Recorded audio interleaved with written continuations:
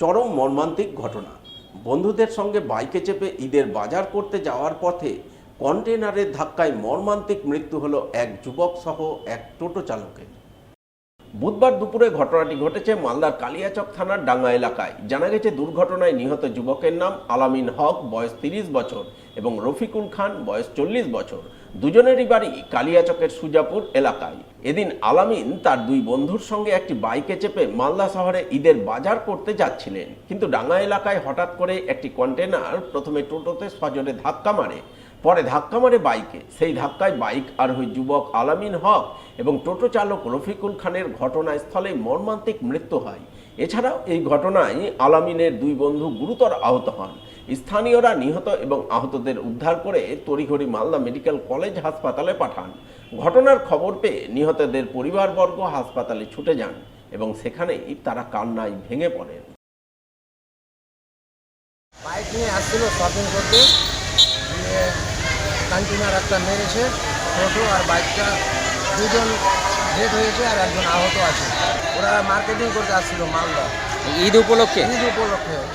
এটা বিষয়টা দুঃখজনক, সামনে ঈদ। অবাধ এবং শান্তিপূর্ণ নির্বাচন করতে তৎপর হয়ে উঠেছে নির্বাচন কমিশন। সেই তৎপরতার অঙ্গ হিসাবে ভোটের প্রাক্কালে মালদায় নিরাপত্তা ব্যবস্থা জোরালো করতে বিশেষ উদ্যোগ গ্রহণ করেছে জেলা পুলিশ। জেলার বিভিন্ন প্রান্তে শুরু করেছে পুলিশি অভিযান ও নাকা চেকিং।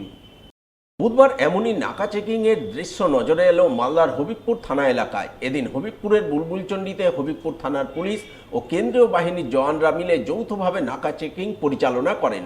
তারা মালদা নালাগোলা রাজ্য সড়ক দিয়ে যাতায়াতকারী বিভিন্ন যানবাহন থামিয়ে তল্লাশি অভিযান চালান, সন্দেহজনক ব্যক্তিদের জিজ্ঞাসাবাদ করেন। উদ্দেশ্য একটাই, আসন্ন বিধানসভা নির্বাচনে যাতে কোনো অশান্তি গণ্ডগোলের ঘটনা না ঘটে। তাই আগে থেকে নিরাপত্তা ব্যবস্থা সুনিশ্চিত করতে পুলিশের এই তৎপরতা বলে জানা গেছে।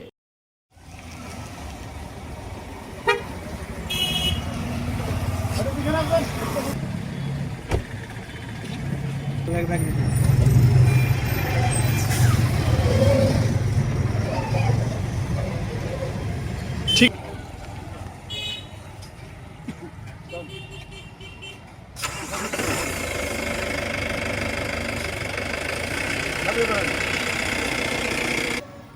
মালদার মানিকচকের মথুরাপুরে ঘনবসতিপূর্ণ এলাকায় ভয়াবহ অগ্নিকাণ্ড। বুধবার বিকালে অগ্নিকাণ্ডের ঘটনায় ব্যাপক আতঙ্ক ছড়ালো মথুরাপুর বোচাহি এলাকায়। জানা গেছে ওই এলাকার মধ্যে একটি ফাঁকা জায়গায় প্রচুর পরিমাণ প্লাস্টিক ও রাবারের সামগ্রী মজুদ ছিল। তাতেই এদিন কোনোভাবে আগুন ধরে যায়। দেখতে দেখতে আগুন অতি ভয়াবহ রূপ ধারণ করে। ঘনবসতিপূর্ণ এলাকায় দাউ দাউ করে জ্বলতে থাকা আগুন দেখে এলাকায় ব্যাপক আতঙ্ক তৈরি হয়। সঙ্গে সঙ্গে স্থানীয়রা খবর দেন মালদা দমকল দপ্তরে, কিন্তু দীর্ঘক্ষণ পরেও দমকলের ইঞ্জিন ঘটনাস্থলে পৌঁছায়নি। এর মধ্যে স্থানীয়রা কিছুটা আগুন নিয়ন্ত্রণে আনেন, তবে আগুন নিয়ন্ত্রণে আসলেও কয়েক লক্ষ টাকার ক্ষয়ক্ষতি হয়েছে বলে জানা গেছে। বাড়ি দেখলাম যে খুব ধারণা করে আগুন উঠছে, বুঝলা। তারপরে এখানে এসে দেখছি তারপরে কেউ নাম ছিল না। তারপর আমি গিয়ে লাফিয়ে ক্যারেটগুলো উঠিয়ে কিছুটা ক্যারেট বাঁচিয়েছি, ফেলেছি। তারপর আমার সাহস দেখে আবার সবাই নেমে পড়েছিল, ওরাও সাহায্য করেছে। তারপরে জল দিয়ে এই করলাম। আমি যে ক্যারেট হয় না, প্লাস্টিক ক্যারেট, ওই ক্যারেটটা আগুন লেগেছিল। আর সবাই তো ভয় আতঙ্কে ছিল সবাই, যে কি করে বাঁচানো, কোনো উপায় চলছিল না। আর মোটর যে সাইডে বড় বড় বাড়ি আছে, লাইন বন্ধ আছে, মোটর চলবে কি করে? বালতি দিয়ে সবাই সাহায্য করে এটা কিছুটা বাঁচানো হয়েছে।